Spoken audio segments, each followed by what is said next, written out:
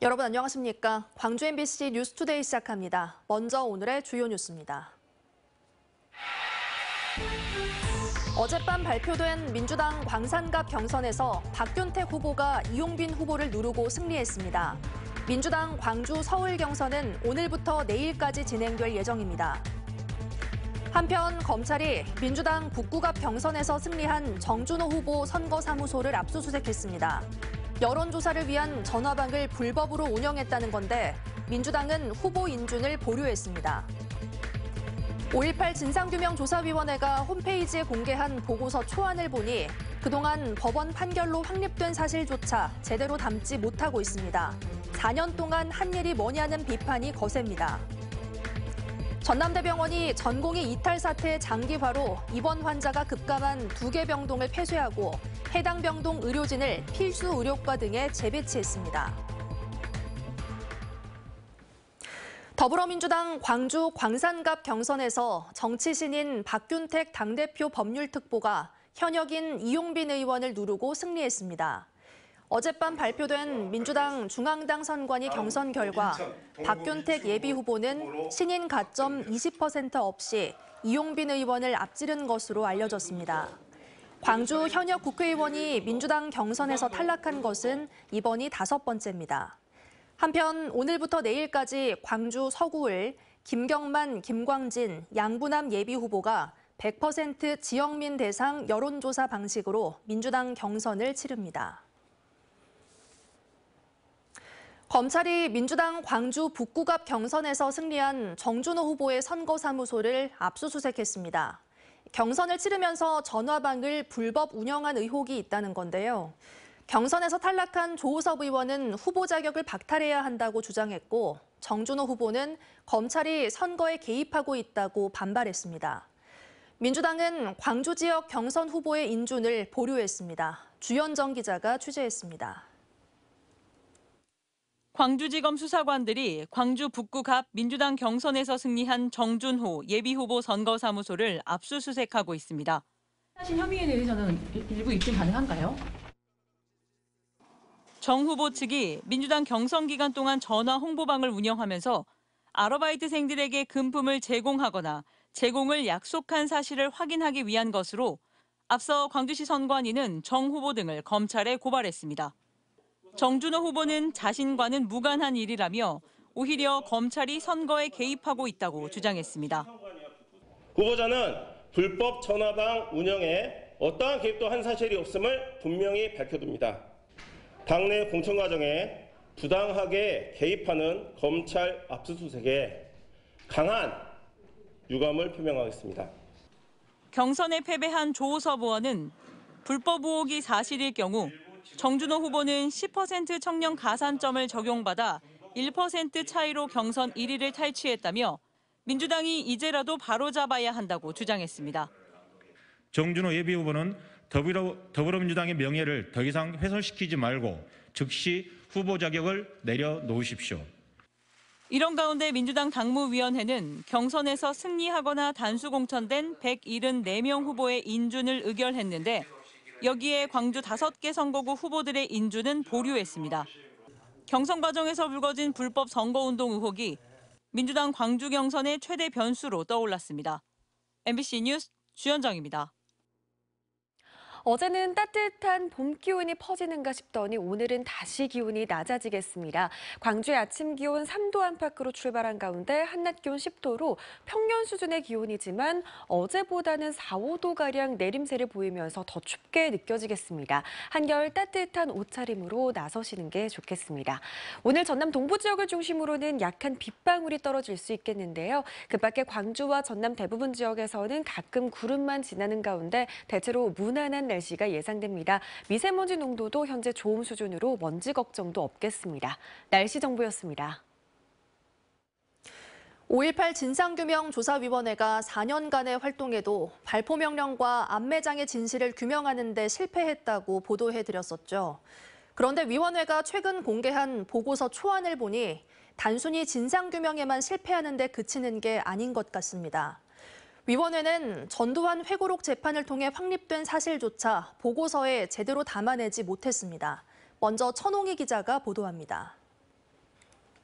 1980년 5월 장갑차에 올라탄 시민들이 총을 들고 있습니다. 계엄군에 맞서기 위해 경찰서를 습격해 스스로 무장한 겁니다. 광주 시민들이 언제 무장을 했는지는 5.18의 중요한 쟁점이었습니다. 시민군은 1980년 5월 21일 오후 1시 전남 도청 앞 집단 발포가 일어나자 이에 분노해 경찰서를 습격했지만 전두환은 자신의 회고록에서 전남 도청 앞 집단 발포 이전부터 시민들이 각 경찰서를 습격해 무장하고 있어 계엄군이 자위권 차원에서 발포한 것이라고 주장했기 때문입니다. 광주지법은 지난 2018년 전두환 회고록 출판 및 배포 금지 가처분 신청 재판에서 집단 발포가 이뤄졌던 오후 1시 이전에 시민들이 총기로 무장했다는 주장은 허위 사실로 판단했습니다. 그런데 이 같은 사실은 5.18 진상규명조사위원회 보고서에는 제대로 반영되지 않았습니다. 5.18 진조위가 홈페이지에 공개한 보고서 초안입니다. 시민군이 언제 경찰서에서 무기를 가져갔는지 확정할 수 없다고 돼 있습니다. 5월 21일 오후에 총기를 탈취했다는 시민들 주장도 있고 도청 앞 집단 발포 전인 오전에 총기를 탈취했다는 계엄군 주장도 있다는 식입니다. 진상이 규명되는 판결이 나왔음에도 다시 원점으로 돌려서 후퇴시키는 오히려 왜곡의 근거를 만들어주는 조사보고서 결론이 나왔다는 것은 근본적인 왜곡의 뿌리에 다시 다가간 지점이기 때문에 이뿐만이 아닙니다. 전남도청 집단 발포의 도화선이라고 전두환이 주장하는 집단 발포 직전 계엄군의 사망 사실 또한 법원 판결보다 후퇴했습니다. 5.18 진상규명조사위원회는 5.18 당시 시민군의 무기고 피습 시점과 계엄군이었던 권일병의 사망 사건에 대해 실체적 진실을 확인할 수 없다는 진상규명 불능 결정을 내렸습니다. 계엄군 권일병이 깔려 숨진 장갑차가 시민군이 동원한 것이 아니라 계엄군 장비라는 사실이 법원 판결에서 확인됐음에도 진상규명 불능 결정을 내린 겁니다. 보고서 초안을 열람 중인 광주 지역 사회와 5.18 관계자들은 한탄하고 있습니다. 5.18에 대한 전면적 부인까지 하는 그런 지금 기사가 나오고 있거든요. 꼬투리 하나라도 잡고 그걸 침소봉대하거나 이런 방식으로 계속 퍼나를 것으로 예상이 되기 때문에 5.18 진상규명조사위원회가 단순히 어려운 주제를 밝혀내지 못한 게 아니라 이미 확립된 사실마저도 보고서에 실지 못한 원인이 무엇인지 후폭풍이 거세게 일 것으로 보입니다. MBC 뉴스 천홍입니다. 앞서 보신 것처럼 5.18 조사위는 발포 명령과 안매장을 규명하기는커녕 이미 확립된 사실마저도 반영하지 못하고 오히려 후퇴한 내용의 초안을 공개했습니다. 책임론이 불가피합니다. 이어서 임지은 기자가 한 걸음 더 집중 취재했습니다. 광주 시민들의 큰 기대를 안고 출범했던 5.18 진상규명조사위원회. 활동 기한은 4년, 지원단을 포함한 조사 인력도 100명에 가깝습니다. 매년 투입된 예산만 수십억, 많게는 100억 원 규모입니다. 그만큼의 예산, 인력, 그리고 시간을 들였음에도 진실을 풀어내지 못한 이유는 무엇일까요? 5.18 진상규명조사위원회는 문재인 정부 시절에 임명된 국회의장 추천 1명, 여당 추천 4명, 야당 추천 4명으로 구성된 9명의 전원위원회 위원들과 약 100명의 조사 인력으로 구성돼 있습니다. 이들에게 왜 이런 부실한 보고서가 나왔는지 물었는데 전원위원들과 조사관들이 상대방 탓을 하고 있습니다. 위원들은 역사로 남을 사안들을 의결하기 위해서는 조사가 엄밀하게 이뤄져야 하는데 조사가 부실했기 때문에 어쩔 수 없었다는 입장입니다. 이 진술은 기본적으로 검증 절차를 거쳐야 되거든요. 검증하고 검증으로 끝나는 게 아니라 판단해줘야죠. 현재 우리 보고서는 진술 조서를 너무 무차별적으로 인용하고 있고 충분하지 않은 조사 내용에 진상규명이 됐다는 의결을 해주느니 차라리 진상규명 불능이 낫다는 것인데 정작 조사 실무를 담당한 조사관들도 할 말은 있습니다. 진술이 사실인지 아닌지 판단하는 주체는 자신들이 아닌 위원들의 몫인데 마치 자신들의 책임인 것처럼 미루고 있다는 겁니다. 어떤 예단이나 어떤 그 판단을 내려서 어떤 기록, 어떤 진술에 대해서 취사 선택을 한 게 아니라는 말씀을 드리고 싶고요.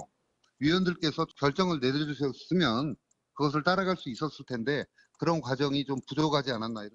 지난달 29일 보고서 초안을 공개한 진상규명조사위원회는 3월 31일까지 시민 의견을 수렴해 오는 6월 최종 보고서를 확정할 계획입니다.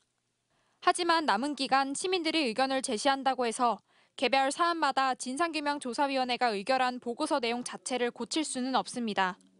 부실한 조사 결과를 놓고 조사위와 전원위가 서로 내탓 공방을 하고 있는 사이 일부 보수 매체에서는 벌써부터 5.18 진상규명조사위원회 보고서 초안을 토대로 한 5.18 왜곡 보도가 나오고 있는 실정입니다. MBC 뉴스 임지은입니다.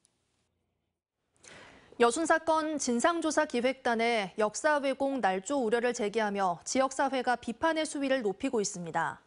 여순 사건 진상조사기획단 역사 왜곡 날조 비상대책위원회는 어제 전남도 동부청사에서 전남도민 비상대회를 열고 정부 여순 사건 위원회의 2기 위원의 위촉과 희생자 결정이 늦어지는 것에 대해 강하게 비판했습니다. 특히 최근 일부 언론 보도를 통해 알려진 여순 사건 왜곡 날조 의혹에 대해서도 명확한 해명과 편향성 시비에 휩싸인 현 기획단의 즉각적인 해체와 함께 재구성을 촉구했습니다. 전남대병원이 전공의 이탈 사태 장기화로 입원 환자가 급감한 2개 병동을 폐쇄하고 해당 병동의 의료진을 필수 의료과 등에 재배치했습니다. 전남대병원은 전공의 이탈 이후 응급 환자와 중증 환자만 입원 조치하고 있는데 본원 성형외과와 비뇨기과 병동에는 응급 중증 환자가 거의 없어 병동이 비어 있다고 밝혔습니다. 이에 따라 해당 병동에 간호사 등 의료 인력을 재배치해 전공의와 전임의의 공백으로 인력난을 겪는 응급 중환자실과 필수 의료과를 지원하도록 할 방침입니다. 한편 조선대병원은 평소 대비 수술과 병상 가동률이 50%가량 줄어들었지만 병동 통폐합 등은 고려하지 않고 있다고 설명했습니다.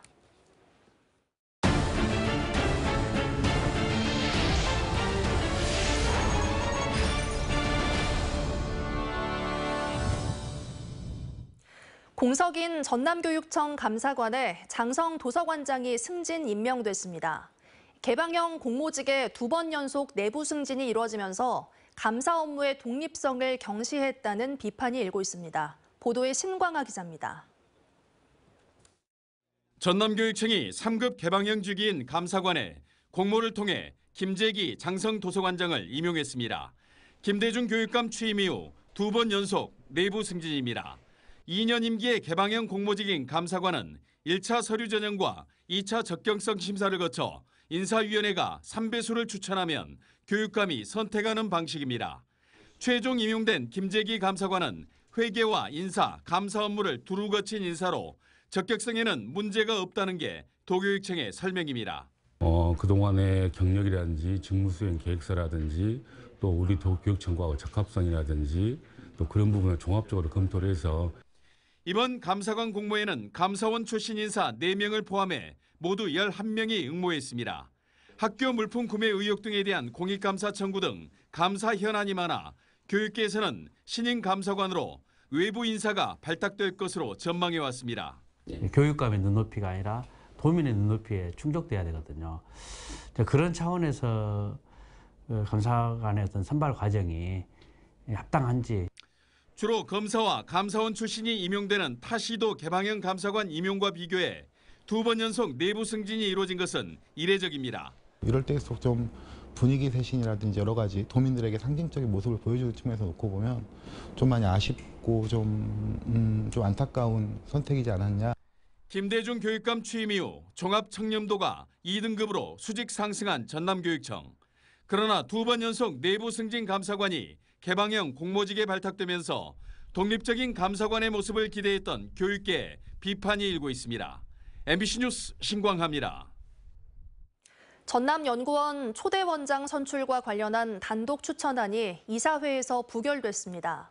전남연구원 이사회는 어제 제6차 임시이사회를 열고 최근 단독 추천된 순천대 의생명과학과 박기영 교수에 대한 원장 최종 후보자 선정안을 부결 처리했습니다.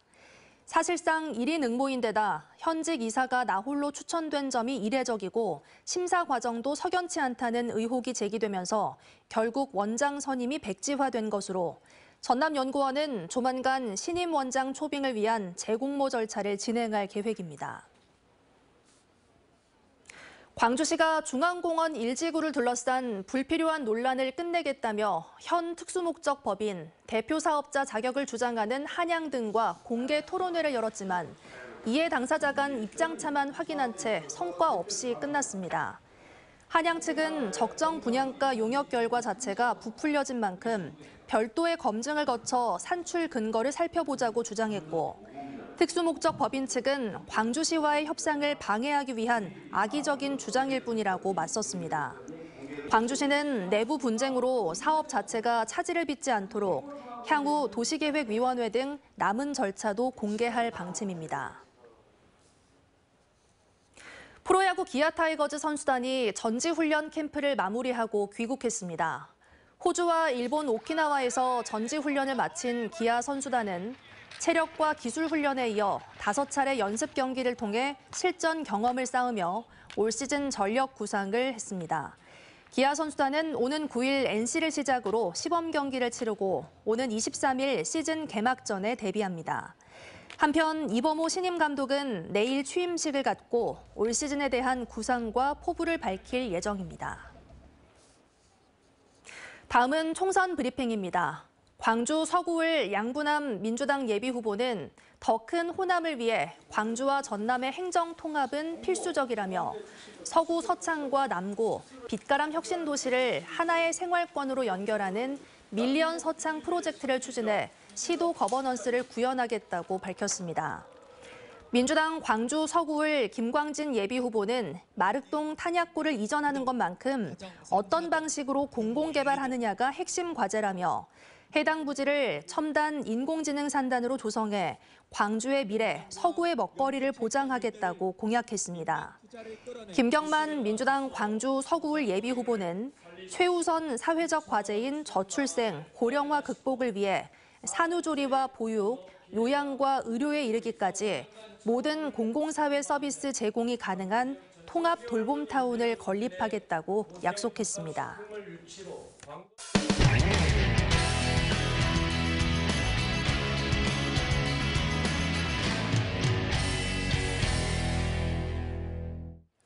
대전 시민들의 오랜 수건 사업이었던 도시철도 2호선 수소트램 건설 사업이 조만간 차량 발주를 시작으로 본격화합니다. 오는 9월에 착공해 4년 뒤인 2028년 개통 예정인데 과제도 적지 않습니다. 대전문화방송 박선진 기자가 보도합니다. 전체 38.8km, 대전 도심을 순환하는 대전 도시철도 2호선 트램은 대전역 등 45개 정거장을 거칩니다. 연축지구 700m 노선을 연장했고 서대전 육교와 태미고개, 자양고개 등 안전성 우려가 있었던 일부 구간은 지하화합니다. 이런 사항을 모두 반영해 기획재정부와 총 사업비 1조 4,782억 원을 확정했습니다. 기본 계획보다 7,290억 원 증액됐습니다. 이제 트램 건설의 불확실한 상황이 모두 해소되어 사업 추진에 박차를 가하겠습니다. 시는 당장 이달 안에 2,950억 원 규모의 트램 차량을 발주하고 9월 공사에 착수해 4년 후인 2028년 12월 개통할 계획입니다. 전국 최초의 도심 대중교통이 될 수소 트램에 대한 기대가 크지만 과제도 적지 않습니다. 시는 현대로템과 수소 생산시설을 지어 금고동 쓰레기 매립장에서 나오는 바이오가스를 활용해 친환경 수소를 만들 계획입니다. 하지만 이 과정에서 이산화탄소가 배출돼 환경 문제는 여전하고 친환경 수소 확보 자체도 쉽지 않다고 전문가는 지적합니다. 친환경적인 수소는 수전해를 통해서 나오는 그린 수소인데 현재 그린 수소는 제주에서만 아주 극소량 생산하고 있는 단계이고 경제성이 매우 부족한 상태이기 때문에 안정적인 에너지 공급에 대한 우려도 있습니다. 혹시나 바이오가스가 모자라다고 하면은 추가로 도시가스 투입하는 것도 같이 검토 중에 있습니다.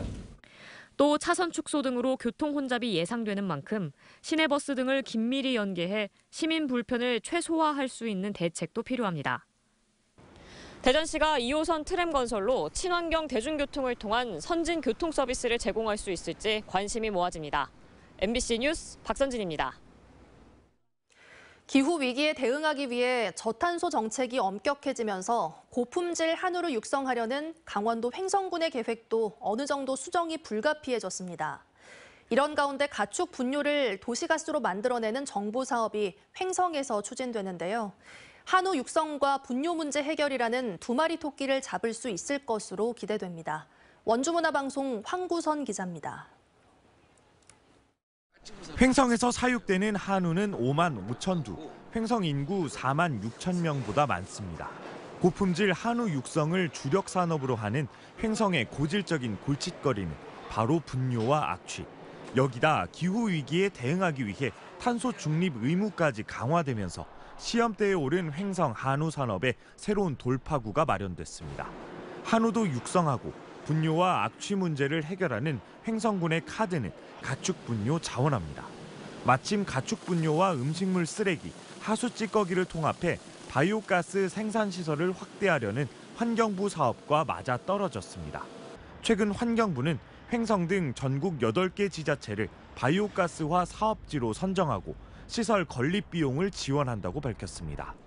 횡성에서는 오는 2028년부터 하루에 가축 분뇨 95톤과 하수 찌꺼기, 음식물 쓰레기 같은 유기성 폐자원 120톤으로 3,200 노멀 큐빅미터의 바이오가스를 생산하게 됩니다. 총 사업비 457억 원 중 국비 336억이 지원됩니다. 이곳 공근면 초원리 15,000제곱미터 부지에 가축 분뇨와 음식물 쓰레기로 바이오가스를 생산할 수 있는 자원화 시설이 들어설 예정입니다. 지난해 주민 공모를 통해 공근면 초원리가 가축 분뇨 에너지 타운으로 선정됐습니다. 가축 분뇨와 악취의 문제거든요. 그래서 이제 이것을 해결하지 않고는 지속 가능한 행성의 축사는 있을 수가 없는 문제가 대두가 된 겁니다. 환경 문제, 악취 문제까지 다 해소할 수 있는. 하루가 멀다 하고 산더미처럼 쌓이는 우분 해결책을 찾아야 했던 한우 농가도 반가운 소식입니다. 퇴비분에 대해서도 계속 노력해도 한계가 있는 부분이었어요. 근데 이런저런 방법도 많이 제시해보고 해봤었는데 그래도 이번에 퇴비 자원화는 이거 바이오가스는 상당히 획기적인 걸 해가지고 상당히 기대를 많이 가지고 있고. 가축 분뇨 등 횡성에서 하루에 발생하는 유기성 폐자원은 963톤. 횡성군은 공근면의 바이오가스와 폐비닐 열분해 등 신재생 에너지 시설을 늘리고 생산되는 가스와 열을 주민 수영장과 목욕탕 같은 공공시설 연료로 활용할 예정입니다. 정부는 내년부터 음식물 쓰레기와 분뇨를 신재생 에너지화하는 시설 설치를 의무화할 방침이어서 이번 횡성군 사업이 강원 신재생 에너지 사업의 청사진을 제시할지 주목됩니다. MBC 뉴스 황구선입니다. 강원도 깊은 산속에 서식하는 멸종위기 동물 사냥이 올겨울 들어 민가나 도로에서 자주 목격되고 있습니다. 산간 지역에 많은 눈이 쌓이면서 먹이를 구하러 내려온 건데 이번 겨울 유난히 많고 잦았던 폭설 때문에 전체의 17%가 굶어 죽었다고 합니다. 춘천문화방송 김도균 기자입니다. 인제 백담사 초입의 백담마을. 갈색 털에 뿔 달린 동물이 양봉통 뒤에서 빼꼼 고개를 내밉니다. 멸종위기 야생동물 1급이자 천연기념물인 사냥입니다. 산세가 깊고 험한 곳에 사는데 먹을 것이 없어 사람들이 사는 마을까지 출몰한 겁니다. 계속된 폭설로 미시령에는 160cm가 넘는 눈이 쌓였고 사냥들은 먹이를 찾아 민가까지 내려왔습니다. 근처에서는 폐사한 사냥도 2마리 발견됐습니다. 폭설이 오고 날씨가 좀 개고 이 폭설이 조금 녹으니까 보이더라고요. 눈에 파묻혔다가 그래가지고 신고를 하게 됐고. 계곡 아래에서 사체를 끌어올려 확인해 보니 제대로 먹지 못한 탓에 굶어 죽었습니다. 수컷이고 한 7년에서 8년생 정도 됩니다. 사냥은 식물의 잎이나 종자를 주로 먹는데 온통 눈으로 뒤덮인 겨울 산에서는 먹이를 찾기가 어렵습니다. 이 때문에 해마다 10마리 안팎이 굶어 죽습니다. 그런데 올겨울은 유난히 그 수가 많습니다. 구조됐다 죽은 것까지 합치면 무려 277마리에 달합니다. 우리나라에 서식하는 사냥은 최대 1,600마리 정도인데 이번 겨울에만 17% 넘게 굶어 죽은 겁니다. 눈이 많이 자주 내려 먹이 활동이 불가능했기 때문입니다. 문화재청이 겨울철 먹이로 지난해보다 2배나 많은 3톤을 40곳에 나눠 뿌렸지만 효과는 크지 않았습니다. 국립공원은 배를 고른 사냥을 발견하면 신고가 가장 먼저라고 말합니다. 가급적이면 인위적인 먹이 주기는 금지해 주시고 구조가 필요한 사냥들을 발견했을 경우에는 가까운 지자체나 공단으로 연락을 주시면 신속하게 구조를 할 수 있습니다.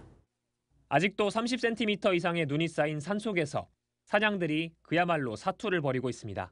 MBC 뉴스 김도균입니다. 어제는 따뜻한 봄 기온이 퍼지는가 싶더니 오늘 다시 기온이 낮아지겠습니다. 아침 기온 3도 안팎으로 출발한 가운데 한낮 기온 10도로 평년 수준의 기온이지만 어제보다는 4, 5도가량 기온이 내림세를 보이면서 더 춥게 느껴지겠습니다. 전남 동부 지역을 중심으로는 오늘 오전 중에 약한 빗방울이 떨어질 수 있겠는데요. 그 밖에 광주와 전남 대부분 지역에서는 가끔 구름만 많은 가운데 무난한 날씨가 예상됩니다. 미세먼지 농도도 현재 좋음 수준으로 먼지 걱정도 없겠습니다. 어제보단 날이 춥겠지만 종일 영상권의 기온이 예상됩니다. 영광의 한낮 기온 8도 예상되고요. 담양과 화순에서도 10도 안팎의 기온 보이겠습니다. 무안 영도 안팎에서 출발한 가운데 한낮 기온 8도에 그치겠습니다. 대부분 어제보다 많이 쌀쌀하겠습니다. 순천과 광양의 낮 기온 11도에 그치겠습니다. 바다의 물결은 최고 2.5m로 조금 높게 일겠습니다. 내일부터는 찬바람이 불면서 더 춥겠고요. 기온도 더 내림세를 보이겠습니다. 날씨 정보였습니다. 뉴스 마칩니다. 함께해 주신 여러분 고맙습니다. 언제 어디서나 내 손 안의 뉴스. 광주 MBC 뉴스 유튜브 구독으로 함께하세요.